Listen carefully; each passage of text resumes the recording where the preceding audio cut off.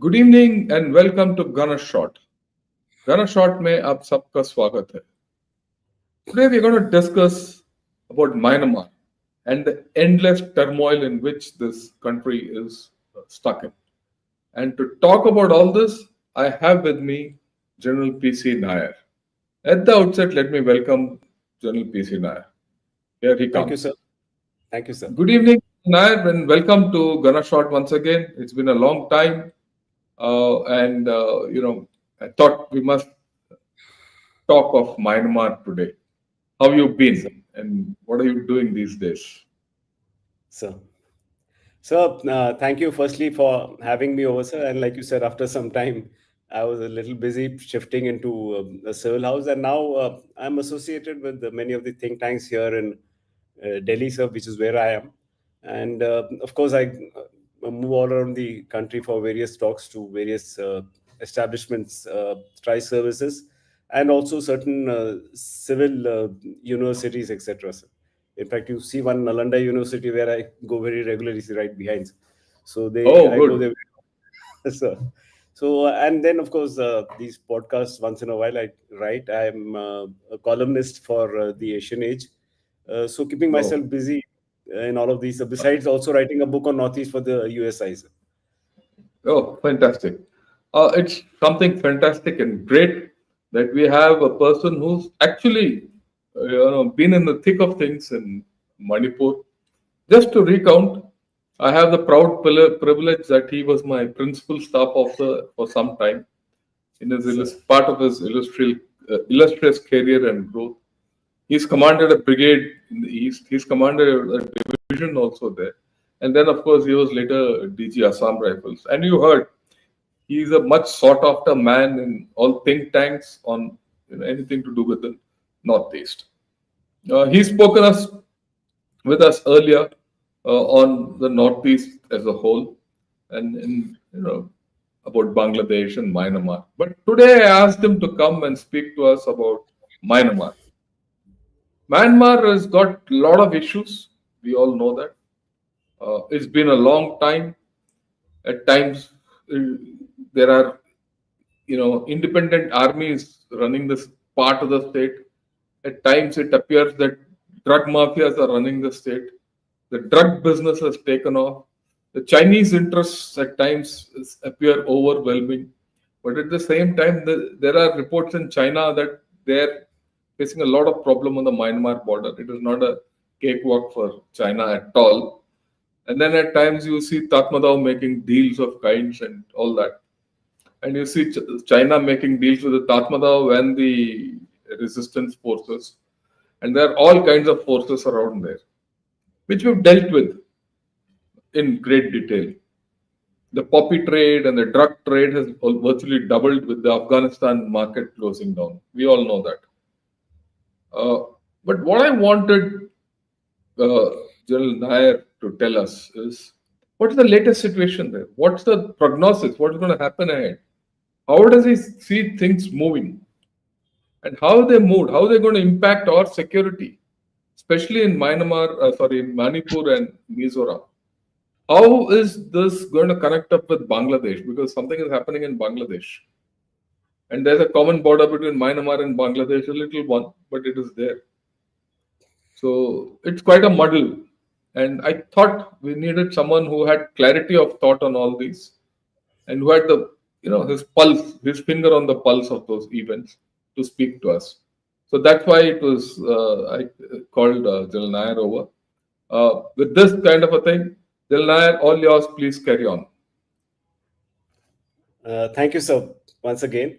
While I did thank you for calling me over, but I think more importantly, I must thank you for bringing into light focus this country, this region, this part, which is actually not much spoken of, simply because it's not well publicized. People don't read much about it, and I think, sir, uh, that is where this talk between us is very important. And you thrown in quite a few questions. If I tackle all of them, it will take me close to 45 minutes, nothing less. But let me actually start with the Northeast. We all speak in India of partition. But in my long tenures in the Northeast, at least in the areas that border Myanmar, the bordering villages there, for them, the first partition happened in 1937, when the line got drawn, and which Burma, which was otherwise part of British India, was suddenly made into a different province, a different country by the British. So suddenly, an artificial line got drawn, and another country got created. So for them, this is the first instance when a separation of people happened by a cartographic line which got created. Then moving ahead, when 1947, you have Bangladesh coming. So there's another cartographic imposition that has happened for the people there in the Northeast. You again have another country created here, and you suddenly choke them. You cut off all their lines of communication, which is not understood by people. For example, the complete lines of communication, the rivers, etc., all flow from the Northeast into Bangladesh. So that's how the lines of communication were, the railways, roadways, everything. Similarly, vast majority of people, the people-to-people contact which was happening in Myanmar, suddenly got arrested because of creation of these two countries. So you choke them, Siliguri corridor, all of that we know. So it has deeply affected Northeast. Now, with that as a start point, so let me come back to the multiple questions that you've thrown, and let me begin with what is the current situation there. All of us know there was a change in dispensation, as we call it, a military coup, which happened on the 1st of February 2021. We are in the month of February, so it's 4 years since it has happened. But what I wish to bring to light to the audience here is this is not the first time that a coup has happened in Myanmar. While it gained its independence a year after us in 1948, the first coup of this kind, something like this, happened in 1962, when General Nevin assumed power. Now, that coup was very different in the sense there were not very many protests. The military suddenly came onto the roads, and they assumed power. Going forward, the second coup, which happened, was in 1988. And that was a fallout of some student protests which were building up. Uh, and in that student protests, the military came out and fired at some of the soldiers, some of the students. They got killed, and suddenly another coup, so to speak. Now, this was typically not a coup because it was engineered by the Myanmar army itself, junta. But yes, there were massive protests. But again, the military took charge. Then going forward, what has happened now in 2021? This is a little different from the other two, in the sense, um, one, in the earlier times, in fact, right from the time Myanmar gained independence, you had these multiple ethnic groups which are strung in various states at the periphery of Myanmar, who've been fighting the junta for many years. Uh, Now, coup or no coup, they've constantly been fighting for reasons of secession, for reasons of their ethnic identity itself. Now, in this coup, what has happened is suddenly you have new forces emerging. You have a NUG, National Unity Government, which is considered uh, by some of the people there as a government in exile.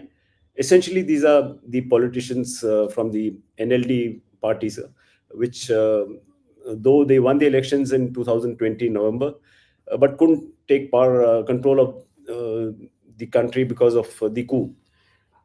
Now, what has happened is that the NAG has formed its own resistance force called as the PDF. The NAG itself got created sometimes in April, 2 months after the coup, and the PDF suddenly started forming in the month of May. So today you have People's Defense Force, the PDF. It is assumed that there are anything between 60 to 80 PDFs, but there are also something called as LDFs, that is the local defense forces, which belong to the places where the fightings are happening. The second thing that is different this time is today unlike earlier times where the fighting used to be restricted uh, in the marginal areas, the so-called states, it has now come to the main Barmer territory, that is the majority. The Barmers constitute almost 68% of the population there. So here is a situation where even in the Barmer territory, the fighting has spread. You have great cooperation happening between the ethnic armed groups or ethnic armed organizations, as they're called, as also the PDF. There is exchange of weapons, technology, communication. All of this was never happening. And besides, you have the internet. The people of Myanmar had got used to a lot of freedom, the internet, such like things between 2015 and 2020, when democracy in some way was making some gains there. So suddenly, when all these liberties, freedom, etc., got curtailed, obviously there has to be a pushback from the people. So that's another thing that has happened there, sir. The next thing that has also happened is uh, the Chinese influence in this. So what we need to know is the overbearing influence has been of China. You said that Chinese themselves are having some kind of resistance. That's because cutting across all stakeholders in Myanmar, China is not liked. China is not liked at all. They are just tolerating the Chinese.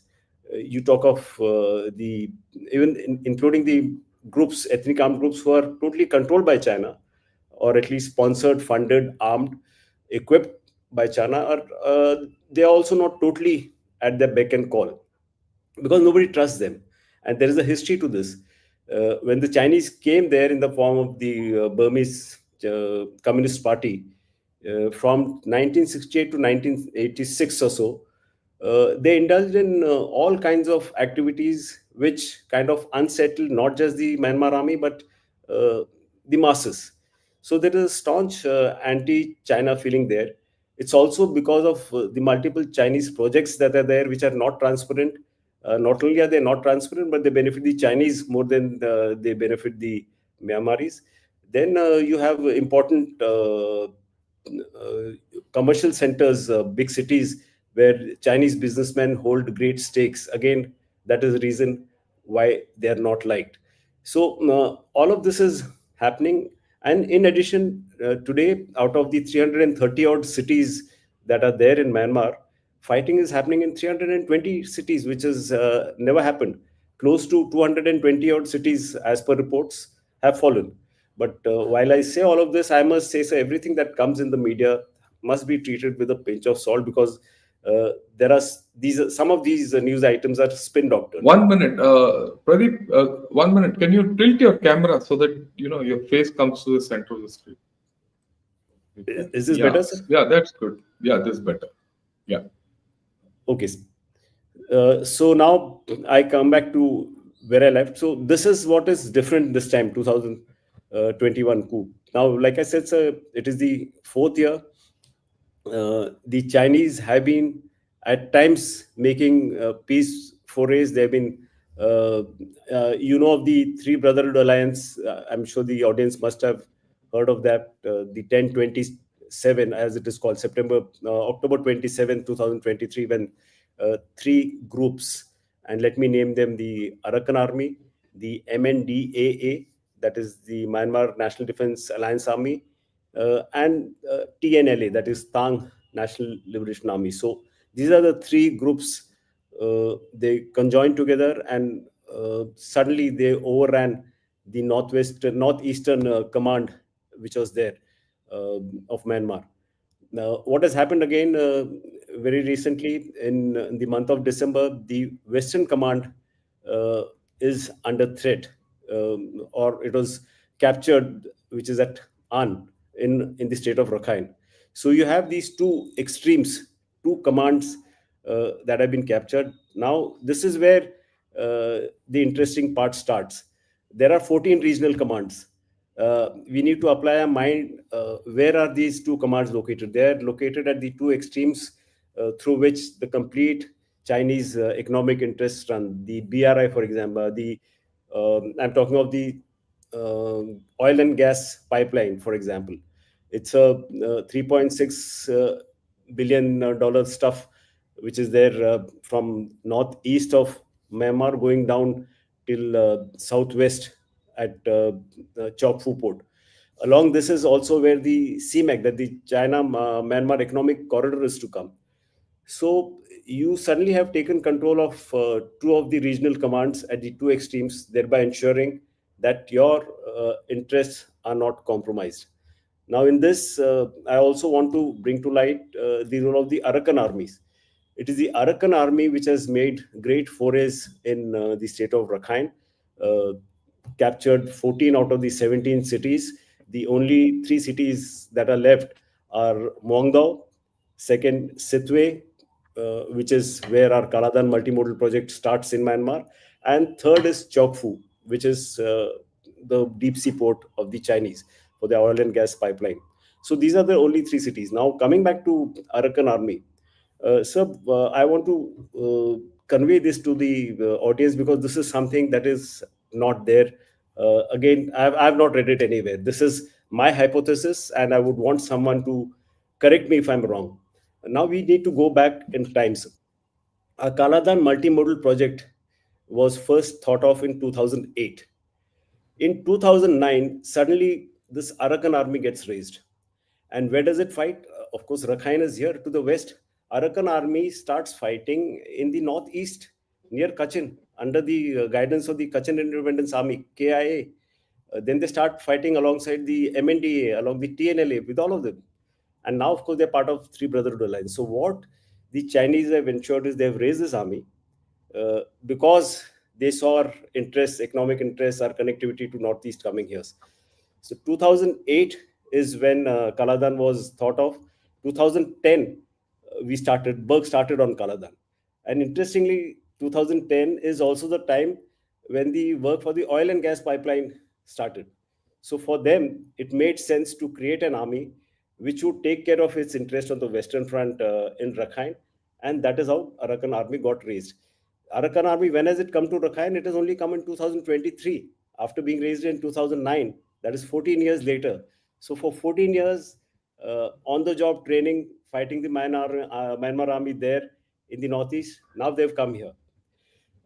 And now we need to look a little deeper. What is Arakan army doing? Where all has it not reached?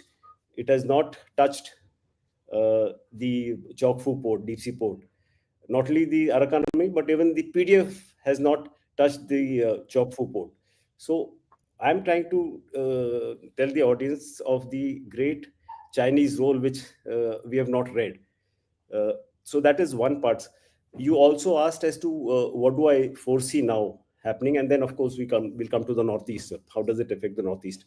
So coming to what I see, the latest happenings that are there, the Senior General Mingong Yang has once again said that over the next 6 months, that is before July, there will be an elections held. And of course, this is the fourth time that he's promising that. But this time there is also some kind of a pressure. Of course, Myanmar doesn't care for rest of the world, but in some subtle manner, the Chinese are also trying to pressurize him because they have realized that things are not totally in his hand, though the Chinese are okay with any government that is there in power. So democracy, probably, I won't put my money totally onto it, but there is an outside chance of elections being held. Maybe from now till July, the junta would work around how to ensure that the constitution of 2008, by virtue of which they have a lot of power, that doesn't get set aside. And more importantly, they come back to power. That is something they will try and ensure. So probably elections will happen. If that doesn't happen, the fighting will continue. Now, insofar as the fighting itself goes, while it is okay to hear that so much of losses, etc., the Myanmar army has suffered, what is there on ground is all these groups are not homogeneous in nature. They're all fighting with different ideas. Some of them want secession, some of them want federalism, some of them just want to fight the Myanmar army. So there is no one aim that all of them have, which is something that we need to understand.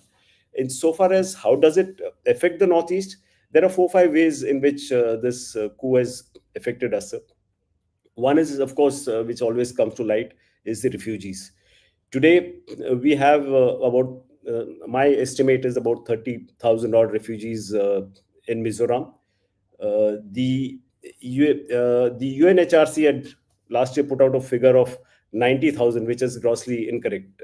That's not the figures. And I told this to some of the other Myanmar followers. Having been this, what they're doing is they're counting the total number of people, and not all the people who came to Mizoram stayed there. Many of them went back. So that is one issue. Similarly, Manipur has got a problem of these refugees. The numbers are lesser, close to 3,000 is what my estimate is. The second one is how it impacts the insurgents itself. You are aware of the insurgent groups that are there, so you are aware of the camps that are there. There are close to 20 camps that were there before the fighting began. Northern cluster, which is onto the eastern side of Nagaland, Arunachal, the central cluster, which is to the eastern part of Manipur, and the southern cluster, which is to the southern part of Manipur. So these are the three clusters where these camps are. Now, the Meitei militants or the valley-based insurgent groups are fighting alongside the Myanmar army, while some of the Kuki who had picked up arms, and also the KNA, that is Kuki National Army of Burma, they are fighting along with the PDF. So surely there is a connection that is happening, and in all of this, it is also, there are enough reports to suggest that NSCN is making a lot of money by giving safe passages to both the parties. They take money for that. So it is going to affect our insurgency issue. Maybe there will be a spike in the number of militants. Manipur, we know the developments. The problem is also of the weapon inflow. Some of the weapons which were taken away from the armory in Manipur have gone across. Similarly, a lot of weapons have come from that side also. The third thing that is got affected is the drug cartels, the problem of drugs. And here I like to give some statistics, sir. I'll just spell out the contraband that the Assam Rifle has confiscated in the last, let's say, 4 years. 2024, sir, it was worth 1,900 crores. In 2023, it was worth 1,712 crores. In 2022, it was about 1,200 crores. And 2021, it was about 850 crores. So year on year, there is be a rise in the contraband that we've got. And when I talk of contraband, you can assume about 90% of it is drugs. Now, look at it this way. In terms of per capita consumption of illegal drugs in India, amongst the top 10, six states are from the Northeast. 6 out of 8 figure in the top 10, which is really alarming. So not only are the drugs being carried across, but also it is affecting the people of the Northeast. The next issue is, of course, so this is about, I was talking of, the effects of the problem there of some of the Myanmar army people also coming this side. You heard in the last 2023-24 itself, close to 450 odd Myanmar soldiers also came across into India. Now, what that has happened is it has upset the people who are fighting there, the PDF, the other ethnic armed groups. So India is at a very precarious situation where it needs to now engage with all stakeholders, because all of them have some say.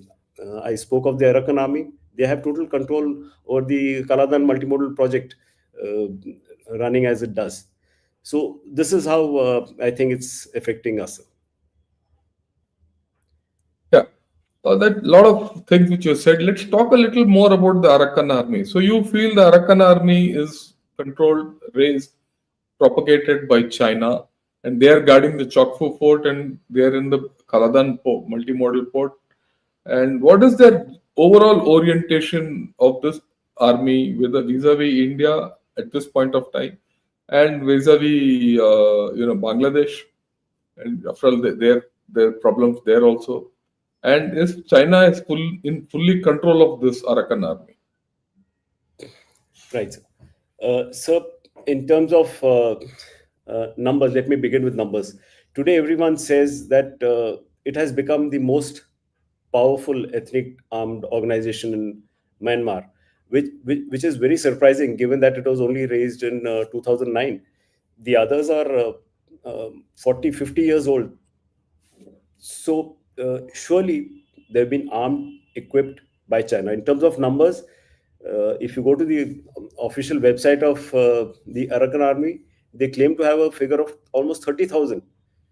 This is quite, and all these 30,000, of course, are not in Rakhine. There are some fighting there also on the eastern side. So they're partly here, they're partly there. In terms of uh, why it got raised in the first place, we need to go back in time history, sir. 1785, if I remember correct, is the year when Arakan state, the Rakhine state was called as Arakan earlier, sir, was Arakan, attacked yeah, by the king of Burma, then Kingdom of Awa as it was called, and they captured Arakan, which is now it became Rakhine only in 1989. The junta changed it to Rakhine. Now, though they also have Buddhists, Myanmar itself, the composition is about 90%, 88 to 90% Buddhists. In Arakan, it is about 68 to 70%. So while they are Buddhists, but they are not Burmers. So they're not considered as uh, like main time Myanmar people. So there is a disconnect, which is right. It goes back from 1785, and from 1785, it is also one of the most neglected states, despite it having such a beautiful coastline. It was a state and resources. It is always neglected. In terms of Bangladesh, well, sir, Rakhine is the only state which shares boundary with Bangladesh, 270 odd kilometers, just 3% of the Bangladesh land border. There is this Naf River, which is bisecting them. The problem there is between, let's say, Rakhine or the Arakan army and Bangladesh is the Rohingyas. Rohingyas today are the constitute or the Muslim population in Rakhine state is about 11, 12%.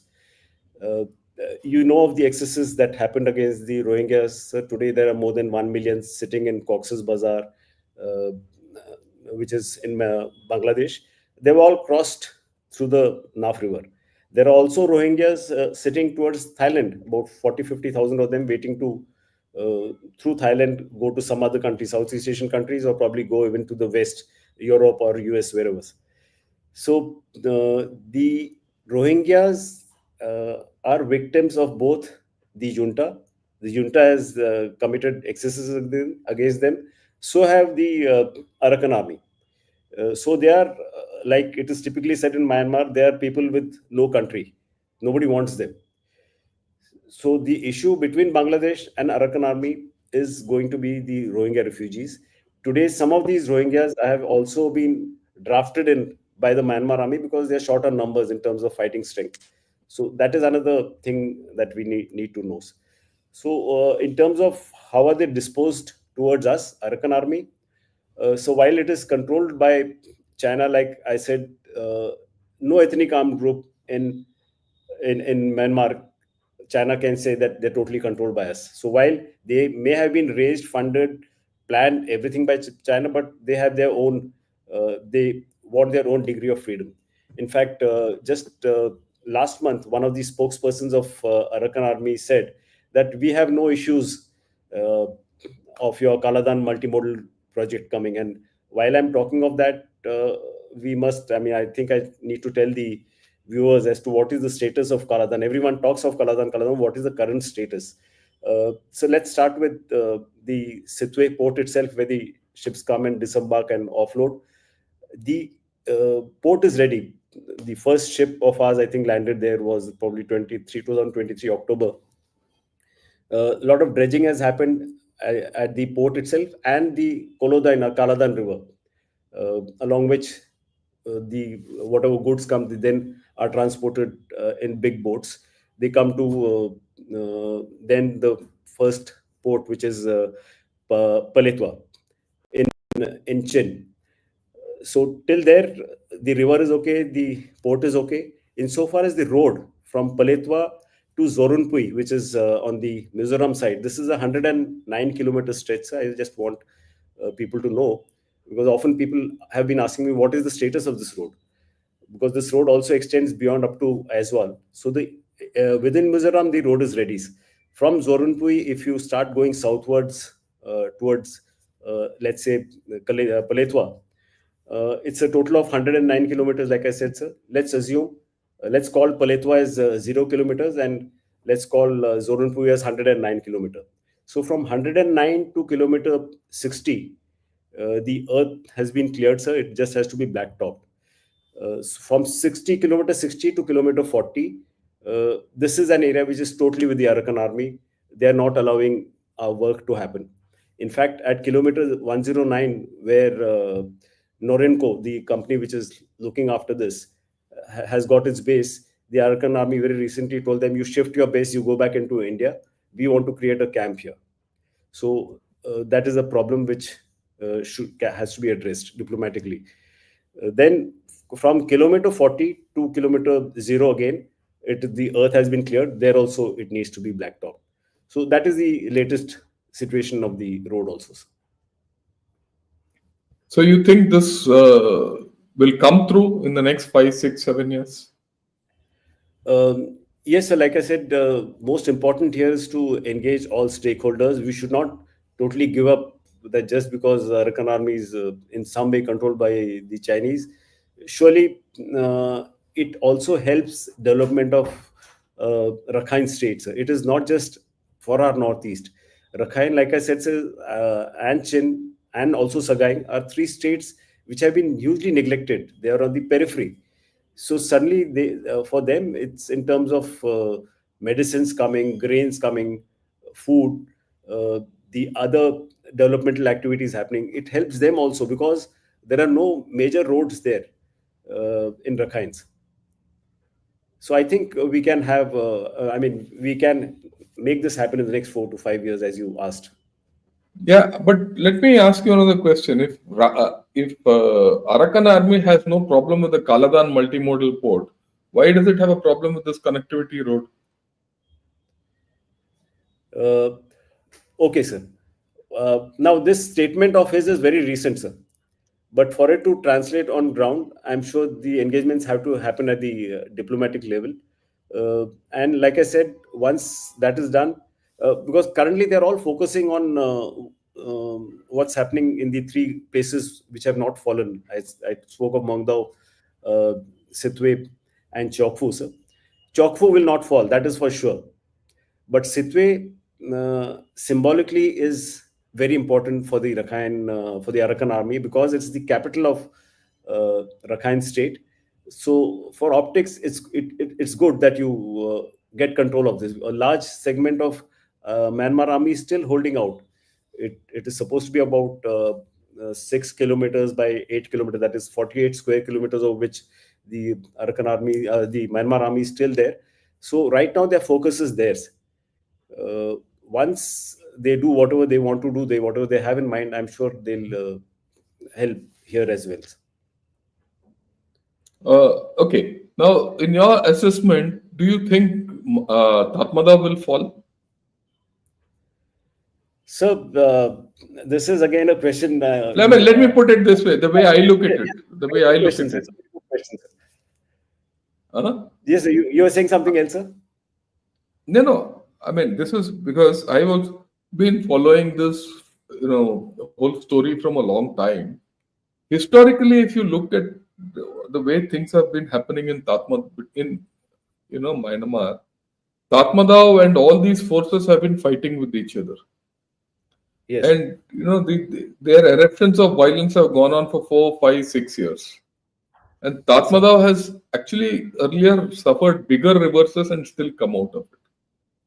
That's the first thing. The second thing is, like you rightly said, all these forces, all these three-brotherhood army, each state has its own army. The Chins have their own. The Kachins have their own, and all those. all independence armies and brotherhoods and MNDA and PDF and all, they don't have, like you rightly said, they don't have an ideology, they don't have a political, locus or a political locus where they all meet. And this Arakan army also does it. What is the political thing that it wants to have Arakan Yoma state of the old? I don't know how that will happen. So, do you see this intestine quarrels going to some distance? Or Tatmadaw coming back? So, this is a question that has troubled my mind right from the time this started. And I've been a follower of happenings in Myanmar for the past more than a decade, sir. And my experience, whatever I've studied, is it will not false. Like I said some time back, we should not totally go by what's coming in the media. Yeah, that's why. That's why. Quite a lot of it is spin doctored. The numbers are blown out of proportion, particularly in terms of the numbers of the Myanmar army, in terms of how many have died, how many have fallen, all of that. Yes, today Myanmar army is to a very great degree low on morale, low in numbers. Uh, they have issues. They have not been paid. They are not being sent on leave. There is forced conscription that is happening. All of that is there, but the main actor is China's. China will ensure that the Tatmadaw does not fall. It is in their interest, because the feelings against the Tatmadaw today in the country are so profound uh, that if they fall, then Myanmar will go totally out of control for the Chinese. So, for their interest, they will ensure it remains there. So, it's not just the grandstandings that China makes in world forums, the UN, etc., but it is also for their interest. In fact, I would rate for them, this is one of the most important countries. You know, the Malacca dilemma, etc., which they can overcome from here. There are other things. The recent developments, again, I might be a little off track, but I think I need to highlight, sir, is the rare earth minerals. I was just reading somewhere, sir, 2023, 2024. Rare earth minerals, the amount of mining that China has done in Kachin is huge. Uh, some time ago, I think some 5 years ago, some great Chinese official said, while the Gulf may have the oil, we have the rare earth minerals. Now, when he said that, they also counted the rare earth minerals that are there in Myanmar. So let me put that in figures. So these 2 years that I was talking of, 2022 and 23, 68% of the global output of rare earth minerals was from China. The United States came second at 12%. Myanmar was third at 11.5%. And this 11.5%, 98 or 99% of it went to China, sir. It just went to China. So for them, it is that 68 plus, let's say, 12%. It is almost 80%. So that is why, and how has it impacted Myanmar? Today, there are satellite images to show in fact, Kachin state looks like like a lunar terrains. Uh, it's been mined so much. So that's the effect China is having there. So for rare earth is again a major thing. Then there is another thing I'm sure the viewers would know is the Mitsun Dam, which they're trying to activate. 2011, the then president cancelled it because it was inundating almost 26,000 hectares of land. 30,000 people were getting displaced. 90% of all electricity that was being generated was going to Kunming and Yunnan province. So it's been stopped. But for them, while Brahmaputra is in news, for them it is another Brahmaputra. For Myanmar, the Mitsun Dam is a Brahmaputra. So the Chinese interests are all selfish in nature, and like you constantly bring out in all your programs, so they are always predatory. They don't mean anything good, because that is not the case. In my multiple dealings and multiple trips to Myanmar, uh, and my interactions with a cross section of the society, what came across very loudly was they say we have more faith in you, much more than the Chinese, but maybe you have your compulsions. You people are not able to deliver to the extent to which the Chinese do. And that is why we have no option but to go to them. We have to talk of the long linkages that we had. So the Buddhists, for them, coming to Gaya is like getting nirvanas. So 90% of them are Buddhists, soft power, something that the Chinese can't give. And we need to capitalize on all of that. Is there a case for us to go a little more aggressive in Myanmar? Aggressive would mean in terms of Aggressive and assertive, both. So I think what we are doing currently is the right thing to do. Obviously, in terms of economics or trade, etc., we cannot uh, replace China. We cannot come anywhere there. What is important for us, like I said, is soft power, the relations that we share, and traditionally the border, Indo-Myanmar border, seen from their perspective, was always the most peaceful borders, the most peaceful border. They share boundaries with 5 countries. They have problems on the Bangladesh border with the Rohingya kind of stuff. They have the Karenis on the Thai border. Chinese, the most troubled border.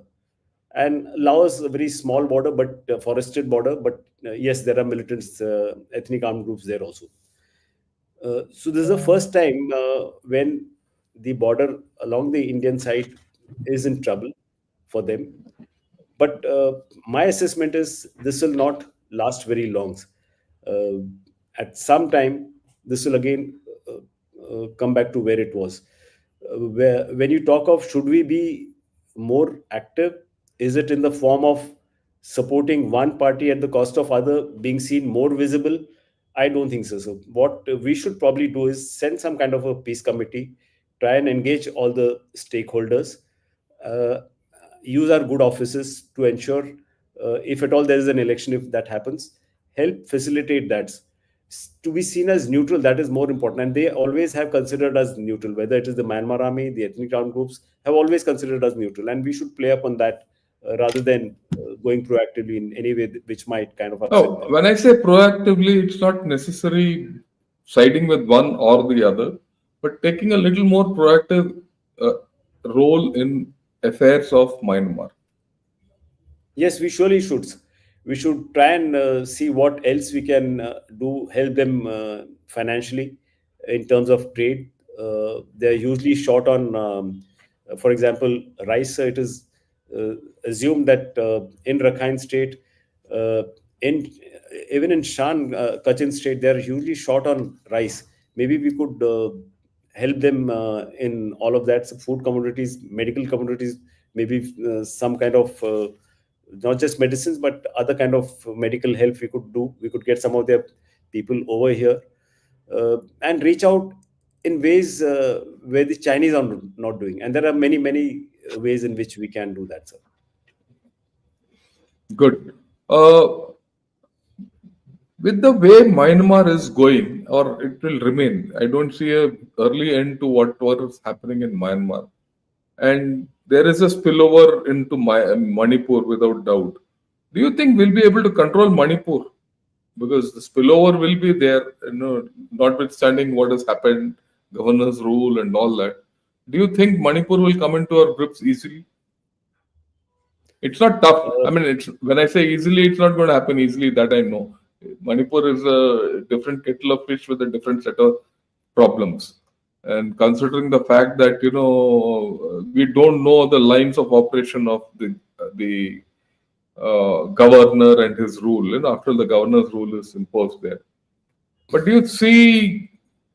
I mean, correlation is also there. Do you see that some solution coming into Manipur, notwithstanding whatever is happening in Myanmar?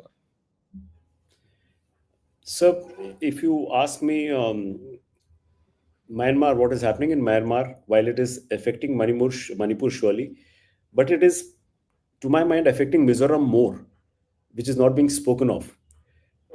I spoke of Okay. the disparity just in the refugees itself in terms of fighting. Now let's see what are the opposite Mizoram. There is not a single post of the Tatmadaw which is under their control. All of that has fallen. Opposite Manipur, uh, what you have opposite More, Tamu, that is holding out. And also south of Manipur, you have south of Churachandpur actually. So there's a place called uh, Chikha, which is across in Myanmar. That is also being controlled by Tatmadaw. So it is not that opposite Manipur everything has fallen, but if you go a little to the northeast, opposite Nagaland and opposite Arunachal, again Tatmadaw is holding out totally. There is no post which has fallen. So what I'm trying to imply here is it's affecting Mizoram more than Manipur. Now, since your question is targeted only at Manipur, my answer there is with the current situation there, with the governor's rule, president's rule having been imposed, we are seeing great changes. We have a governor who was hands-on. He was the Home Secretary. I was with him as the DG AR sub. Constantly, we used to be engaged. So he's a hands-on man. He knows everything what has happened. And no sooner did he take charge, he went around, met all the communities, which was received very well. There were very positive inputs of his the presence everywhere, because he showed that he actually meant business and ensured that people who were neglected will not be neglected here on. Uh, he's also passed strictures that cutting across all groups, all communities. Uh, he's already given a dictum 7 days for weapons to be surrendered if anybody feels. Thereafter, my understanding is there will be the security forces, Assam Rifle and Indian Army, and of course the other security forces will be given full freedom to go and take over weapons and start searching. So that will surely make a difference. So in terms of any more weapons that are likely to get looted hereafter, I don't think that's going to happen. That is a no-no. But in terms of, again, coming back to what's happening in Myanmar and its effect on Manipur, because of the status or the manner in which the border is configured, there are high chances of weapons coming in. We only talk of weapons, but drugs is also a major problem that we have to remember. Yeah, drugs. Yeah. So that's I'm also not. there. I have not said about. I have Yes, not sir. said anything about. Yes, sir. Both issues Uh, are there. I spoke a little about that earlier, and you did mention it in passing that the poppy cultivation has shifted from Afghanistan Taliban to this place to Golden Triangle. And alongside what has happened is the huge cultivation in poppies that has suddenly increased. While our media reports may give whatever, but in my reading, assessment, understanding, in my interactions with the NCB and all, what I've seen is much of the poppy cultivation growth has actually happened in Shan states, southern Shan. 80% of it, the increase I'm talking of, has happened in Shan state. 10% has surely happened in Chin and Sagaing regions, which border us. And in terms of Manipur, it is only Chin that borders Manipur largely. Of course, there is a little part of Sagaing also, but not much there. So little part, the 10% increase in poppy cultivation in the last 2 years, which has happened, is surely an area of concern, because it's simple facts that per acre of land, poppy cultivation yields fetch you 18 times more in terms of monies. And in terms of the duration for which I'm just kind of comparing paddy and poppies. In terms of the effort required for paddy is much, much more. So for lesser effort, with less people now indulging in actually physically present for agriculture, poppy cultivation for them is going to get them greater benefits. So with the president's rule coming, I'm sure that will also be addressed. So that is so weapons and this, and of course refugees, it's not in our hands. Yeah. So you see the situation in Manipur improving slowly. Yes, sir. I see it improving slowly Okay. hereafter. Okay. Fine. Thanks. Yeah, I think you've given a full idea of what's happening in Myanmar. It'll be foolish of us to expect that Myanmar will head towards peace. I don't think so. I don't think peace will come into Myanmar for the next couple of years at least. That's the way I look at it. Notwithstanding elections, yeah, it's too nebulous. And peace will come. My assessment is peace will come into Myanmar only when the Tatmadaw becomes strong. Whether Tatmadaw becomes strong and it starts thing, we don't know. It is funny that you have China which is supporting Tatmadaw, you have China which is also supporting Arakan army. So how this dichotomy will play out is something which we have to see. My own guess is that we have to be assertive in ensuring that we open up this Kaladan multimodal port, even if at the cost of assisting Tatmadaw to open. Because I think somewhere or the other we have to say, okay, enough is enough, let's open it up. Because the moment you do that, a lot of things will change in many quarters. I think we've dragged our feet on this personally. This is my personal view. And yeah, like you rightly said, I think Manipur will slowly come back to some kind of suspended animated normalcy. Normalcy is still far away. Another 6 to 7 years before Manipur becomes normal is my assessment. I mean, you might like to comment on that. So this is where we are. There's an old saying, sir, it'll get worse before it gets any better. So we are past that. It'll get worse. It'll only get better hereafter, sir. Yeah, it'll get better, but there's a new paradigm. So let us see how things go. Because certain things which have happened in Manipur, like the raising of the local militia forces in the form of cultural groups, is something new. It's now taken root. To eradicate that will take time.